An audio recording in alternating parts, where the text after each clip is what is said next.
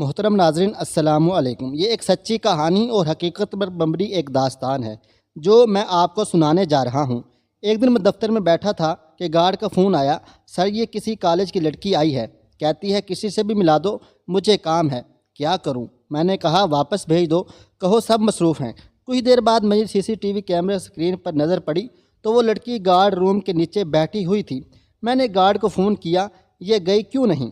تو وہ بولا سر بہت شور کر رہی ہے کہ مل کر جاؤں گی ورنہ 5 بجے تک یہیں بیٹھوں گی۔ میں نے اپنی ریسیپشنسٹ کو کہا اسے میرے کمرے میں لے آؤ۔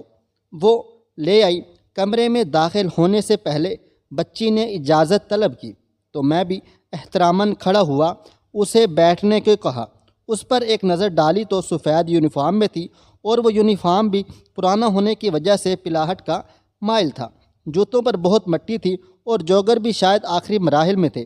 دیکھنے سے لگتا تھا کہ بچی کافی پیدل چل کر آئی ہے۔ چہرے کی طرف دیکھا تو ہونٹ خشک اور ماتھے پر دوپٹے کے نیچے پسینے کے نشان، شاید گرمی اور مٹی کی وجہ سے۔ بچی نہایت خوبصورت تھی۔ موسم کی تمازت سے اس کے گال سرخ ہو رہے تھے، یا شاید دفتر میں اجنبی ماحول میں ہمت کر کے آئی تو گئی، مگر گھبراہٹ کی وجہ سے ایسا ہوا تھا۔ میں نے اٹھ کر اسے ایک گلاس پانی دیا جو اس نے شکریہ سے لیا اور وہ جلدی سے پی گئی۔ جی بیٹا، یہ کیوں فساد کر رہی ہو؟ کیا بات ہو گئی ہے؟ میں نے پوچھا۔ وہ بولی سر مجھے پتہ چلا ہے کہ NGOز بچوں کی تعلیم کے خرچ اٹھاتی ہیں، اس لیے آئی ہوں۔ میں نے کہا ہر NGO نہیں، مخصوص ادارے ایسا کام کرتے ہیں، لیکن کیوں؟ وہ بولی مجھے پڑھنا ہے اور میرے بابا کے پاس پیسے نہیں ہیں۔ مجھے ہر حال میں اپنا BBA مکمل کرنا ہے اور میں MBA کرنا چاہتی ہوں۔ مجھے پیسے چاہیے۔ مجھے اس NGO کا پتہ دیں جو پڑھائے اور فنڈ دے۔ ان دنوں بلوچستان ایجوکیشن انڈوینٹ فنڈ کا قیام ہو چکا تھا اور اس کا سیکرٹری میرا ایک پرانا دوست تھا، جاننے والا تھا، لیکن مجھے نیچے کے سٹاف کے حالات کا بخوبی علم تھا، اس لیے میں اس بچی کو وہاں دھکے کھانے نہیں بھیجنا چاہتا تھا۔ تو میں نے اس بچی سے کہا کہ تم چائے پیو گی؟ اس نے اس بات میں سر ہلا دیا۔ میں نے چائے منگوائی اور وہ چائے اور بسکٹوں پر ٹوٹ پڑی تھی۔ میں نے اس سے پوچھا تمہارے بابا کیا کام کرتے ہیں؟ وہ بولی AG آفس میں ہوتے ہیں، ابھی ریٹائرمنٹ لے لی ہے۔ کہتے ہیں میرے پاس جو تھا خرچ کر لیا، اب بیٹیوں کو پڑھانے کے پیسے نہیں ہیں۔ میں سوچ میں پڑ گیا کہ AG آفس کا بندہ اور وہ ایسا کہے، کوئی 2 نمبری ہوگی اس بچی کی، ورنہ باپ ایسا کیوں کہے گا؟ دوسرا، مجھے یہ سوچ آئی کہ یہ بچی جذباتی ہے، شکر ہے یہاں آ گئی، کسی اور کے ہاتھ لگتی تو شاید وہ اسے آمدن کا کوئی اور ذریعہ سکھا دیتا، اور اس کی ان چمکتی ہوئی روشن آنکھیں اب تک ماند پڑ چکی ہوتی۔ میں نے بہانہ بناتے ہوئے اٹھا کہ اپنے صاحب سے پوچھ کر آتا ہوں کہ ہم تمہاری کیا مدد کر سکتے ہیں۔ کچھ دیر بعد میں کمرے میں آیا اور اس بچی سے کہا کہ صاحب کہہ رہے ہیں کہ وہ BBA کی فیس مکمل کرا دیں گے، لیکن شرط یہ ہے کہ کل آپ کے ابو آئیں اور مجھ سے ملیں اور ساتھ ہی فریش سلپ بھی لے کر آئیں۔ تو وہ خوشی سے کھڑی ہو گئی۔ ٹھیک ہے سر۔ اس کی معصومیت مسکراتے ہوئے اور نکھر کر سامنے آ رہی تھی۔ میں نے اپنی ریسیپشنسٹ کو آواز دی کہ شاہدہ یہ بچی کل آئے گی اور اس کو مجھ سے ضرور ملوا دینا، اس کا کانٹیکٹ نمبر بھی لے لو۔ یہ ایک پیمانہ تھا کہ اگر کل اپنے باپ کو لے آتی تو ٹھیک، ورنہ جو دل میں آئے کرتی پھرے، ہمیں کیا۔ دوسرے دن میں 11 بجے آفس آیا تو میری ریسیپشنسٹ شاہدہ نے بتایا کہ سر وہ بچی صبح 10 بجے سے اپنے والد صاحب کے ہمراہ آپ کا انتظار کر رہی ہے۔ میں نے کہا اسے بلا لاؤ۔ اس کا والد ایک سلجھا ہوا پنجابی یا اردو سپیکنگ بندہ تھا۔ تعارف پر پتہ چلا وہ کسی عہدے پر AG آفس بلوچستان میں کام کر رہا تھا۔ یہ ان دنوں کی بات ہے جب کوئٹہ شہر میں تخریب کاری کے ڈر سے اسکولوں میں ترانہ تک نہ پڑھایا جاتا کہ پاکستان دشمن اس اسکول پر کوئی شرارت نہ کر دیں۔ لہٰذا ان حالات میں ایک آخرت کو ترجیح دینے والے نان لوکل بندے کا گزارا بہت مشکل تھا، جس کا نتیجہ یہ نکلا کئی مرتبہ وہ اور اس کا خاندان نان شبینہ کا بھی محتاج رہا۔ جلد ریٹائرمنٹ اس لیے بھی لے لی کہ بڑی بیٹی کی شادی کرنا تھی۔ بیٹے پڑھتے ہیں اور ایک MA کر کے ایک ڈاکٹر کے کلینک پر مریضوں کو نمبر دیتا ہے۔ مطلب کہ چپڑاسی ہے، جبکہ دوسرا BA کرنے کے بعد اب کوئی چھوٹی موٹی کوشش کر رہا ہے۔ اس نے بچے کی طرف اشارہ کر کے کہا کہ اب مزید نہیں پڑھا سکتا تو یہ ضد کر رہی ہے کہ یہ اپنے طور پر MBA کر کے دکھائے گی۔ یونیورسٹی کے سمسٹر کی فیس بھی اب پوری نہیں ہو رہی، لیکن یہ کہتی ہے کہ اسی یونیورسٹی سے پڑھوں گی۔ یونیورسٹی کی اسکالرشپ اس لیے نہیں لے سکتے، اس کا نہ تو ٹیوشن ہے، نہ ہم کتاب خرید سکتے ہیں اور نہ ہی کوئی نیٹ وغیرہ جس سے یہ تیاری کر سکے۔ GPA کہاں سے اچھا آئے گا، اس کو کوئی سہولت ملے تب نہ۔ میں نے اس کے کندھے پر ہاتھ رکھا اور اسے کہا، آپ اس کی تعلیم سے بالکل بے فکر ہو جائیں۔ اس بچی کے والد میرا شکریہ ادا کر کے چلے گئے۔ میں نے اپنی ریسیپشنسٹ کی ذمہ داری لگا دی کہ اس کی فیس وغیرہ ادا کر کے مجھے بتاؤ۔ درمیان میں ایک مرتبہ صرف MBA فائنانس کے داخلے کے فیس کے لیے وہ بچی آئی تھی اور پھر 1 سال تک صرف اس کا میسج آتا تھا اور ہم اس کی فیس ادا کر دیتے تھے۔ ایک دن وہ بچی پھر آئی، پریشان تھی۔ میں نے پوچھا، بیٹا خیر ہے، تم تو اتنی بہادر ہو، کیوں پریشان ہو؟ تو وہ بولی، سر 1.5 سال سے میں اپنے باقی خرچے ٹیوشن پڑھا کر پورا کر رہی تھی اور میرے نمبر بھی بہت اچھے ہیں، لیکن وہ رونا شروع ہو گئی۔ میرے سٹاف نے اسے دلاسا دلایا تو وہ بولی، بابا نے تنگ آگر لاہور جانے کا فیصلہ کر لیا ہے، تمام خاندان وہاں شفٹ ہو رہا ہے، وہاں میرا کون ہوگا جو مجھے پڑھائے گا؟ میں نے بابا سے کہا کہ میں نہیں جاؤں گی، یہاں ہاسٹل میں رہوں گی۔ اب نہ میرے پاس اور نہ بابا کے پاس ہاسٹل کے پیسے ہیں، اور وہاں اگر میں چلی بھی جاتی ہوں تو ٹیوشن نہیں پڑھا سکوں گی، کیونکہ یونیورسٹی 9 سے 5 ہے اور باہر جاتے واپس آتے رات ہو جائے گی۔ میرے پاس سواری بھی نہیں ہے۔ آپ میری ہاسٹل کی فیس بھی دے دیں گے؟ میں نے اسے خوش کرنے کو ایک شرط پر دوں گا کہ جیسے نوکری لگے گی میری تمام فیس اور ہاسٹل کے پیسے واپس کرو گی۔ وہ بچی مان گئی۔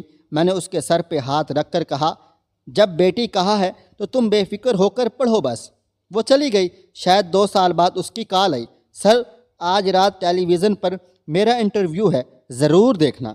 میں نے پوچھا، اب کیا کر دیا تم نے؟ تو وہ بہت ہنسی اور بولی، سر گولڈ میڈل ملا ہے مجھے خوشی ہوئی۔ میں نے مبارکباد دی تو اس کی آواز بھرا گئی، بولی، سر بس اب میں چلی جاؤں گی لاہور، تمام عمر آپ کی مشکور رہوں گی۔ میرا بھی دل بھر آیا۔ میں نے کہا، بیٹیاں تو جانے کے لیے ہی انسان پالتا ہے، بس جہاں رہو مجھے دعاؤں میں ضرور یاد رکھنا۔ کچھ عرصہ قبل ایک نامعلوم نمبر سے مجھے کال آئی، جب اٹھائی تو وہی بچی تھی۔ بولی، سر آپ کو پتہ ہے میری کل منگنی ہے اور لڑکا نیوی میں ہے اور میری شادی کے بعد میں کراچی چلی جاؤں گی۔ مجھے واقعہ خوشی ہوئی، دعا دی اور فون بند کر دیا۔ یہ بچی کشمیری پنجابی فیملی سے تھی، لیکن قدرت کے کھیل کے اس بچی نے اپنا جہیز خود محنت کر کے پرائیویٹ ملازمت کر کے بنایا تھا اور ایک اچھے سلجھے ہوئے محبت کرنے والے شاندار مستقبل رکھنے والے بندے نے اسے اپنی دلہن بنا لیا تھا۔ دونوں ہنسی خوشی زندگی گزار رہے تھے کہ ابھی چند ماہ ہی گزرے تھے کہ کراچی کے اسٹریٹ کرمنل نے موبائل فون چھینتے ہوئے مزاحمت پر اس نوجوان کو گولیاں مار دی تھیں۔ یہ بچی اب بیوہ ہو چکی تھی، شاید اس کی عمر 25 یا 26 سال ہوگی۔ مجھے شدید صدمہ پہنچا۔ خیر میں زندگی کے معاملات میں اجھلتا چلا گیا اور اس دوران 15 سال گزر گئے۔ فروری کی 12 تاریخ کو دوپہر کا کھانا کھا کر لیٹنے لگا کہ واٹس ایپ پر گھنٹی بجنے لگی۔ کال برطانیہ کا کوڈ بتا رہی تھی۔ اتنے میں فون بند ہوا اور میسج آیا، السلام علیکم سر، میرا نام بطول ہے، کیا آپ مجھے پہچانتے ہیں؟ میں چونک پڑا، کیونکہ شاید ان 15 سالوں میں جب اس بچی نے مجھے یاد کیا ہوگا مجھے یہ یاد آتی رہی۔ ایک انجانی خوشی سے میں نے پوچھا، کیا تم وہ بطول ہو جو کوئٹہ میں MBA کر رہی تھی؟ تو کال آ گئی دوسری طرف سے ایک سلجھے ہوئے پر اعتماد لہجے اور انتہائی خوشی سے بھرپور آواز میں۔ وہ بولی، جی سر یہ میں ہی ہوں، آپ کو پتہ ہے مجھے آپ بہت دنوں سے یاد آ رہے ہیں۔ میں نے پہلے آپ کے دفتر فون کیا تو انہوں نے بتایا آپ کو نوکری چھوڑے کافی عرصہ گزر گیا ہے، تو پھر میں نے ان سے آپ کا کانٹیکٹ نمبر مانگا تو انہوں نے ڈھونڈ کر دے دیا۔ سر آپ سے بات کر کے بہت اچھا لگا، یہ سب وہ ایک سانس میں بول گئی۔ میں نے پوچھا کہ اب تم کیا کر رہی ہو؟ بولی سر میں اس وقت انگلینڈ میں دنیا کی 5ویں بڑی IT کمپنی میں ایک بہت اعلیٰ عہدے پر کام کر رہی ہوں، میری شادی بھی ہو گئی ہے اور 11 سال کی میری بیٹی ہے۔ سر آپ کو پتہ ہے جب میں نے پوچھا تھا کہ آپ کو کیسے پیسے واپس کروں گی تو آپ نے مجھے ایک بات کہی تھی، وہ اب بھی بات کرتے ہوئے بہت زیادہ پرجوش تھی۔ کہنے لگی کہ بالکل ایسے جیسے MBA کرنے کے لیے پرجوش تھی۔ میں شاید بھول چکا تھا۔ میں نے اسے کہا بطول مجھے یاد نہیں۔ بولی سر آپ نے مجھے کہا تھا جب پیسے آ جائیں تو کسی اور بچے کو MBA کرا دینا، سمجھنا مجھے مل گئے۔ میں سوچ میں پڑ گیا کہ مجھ جیسا عیاش انسان ایسی بات کر سکتا ہے۔ خیر یہ سوچ کر خاموش رہا کہ ہو سکتا ہے اس وقت جذبات میں کہہ دیا ہو۔ وہ بولی سر آپ کو پتہ ہے میں نے ایک نہیں 5 نوجوانوں کو اعلیٰ تعلیم بھی دلوائی ہے اور انہیں IT سیکٹر میں آگے بڑھنے میں مدد بھی دی ہے، اور سر میں رہوں گی یا نہ رہوں گی، میں نے اسے دعا دی کہ اللہ پاک تمہیں کامیاب کرے، اگر تم مجھے اجازت دو تو تمہاری کہانی میں لکھوں۔ تو وہ تھوڑا سا خاموش ہو گئی اور بولی سر مجھے 1 ماہ قبل برین ہیمریج ہوا ہے، ورنہ میں آپ کو خود لکھ کر پوری زندگی کی باتیں بتاتی۔ اب مجھے علاج کے لیے جانا پڑتا ہے اور لکھ اور بول زیادہ نہیں سکتی، میرے لیے دعا کریں۔ میں نے کہا تم ہمیشہ سے میری دعاؤں میں ہو، تمہاری کہانی نہ لکھتا اگر جو تم نے غریب اور مستحق بچوں کے لیے کیا ہے وہ نہ بتایا ہوتا۔ تم نے ایک دیے سے 5 گھر روشن کر دیے، یعنی 5 خاندان۔ تم واقعی ایک انمول لڑکی ہو۔ آپ سب پڑھنے والے دوستوں سے گزارش ہے کہ ایسی انمول بچی بلکہ میری بیٹی کے لیے دعا کریں، خدا اسے ایک صحت مند اور بابرکت زندگی نصیب کرے، اور اب جس جگہ وہ پہنچ چکی ہے یہاں سے اس کی زندگی ایک پرسکون اور خوشحال گھریلو آسانیوں کی ہو۔ یا الہی آمین۔ اور اللہ ہمیں کسی بھی انسان کی زندگی میں اس کی مدد کی توفیق اور جذبہ عطا فرمائیں تاکہ یہ شمع سے شمعیں روشن ہوتی جائیں اور ساقی کوثر صلی اللہ علیہ وآلہ وسلم کے حوض پر ان کی محبت میسر آ جائے۔ آمین ثم آمین۔ بیٹیاں تو رحمت ہوتی ہیں بھائی، اور میرے گھر میں بھی الحمدللہ اللہ کی رحمت موجود ہے۔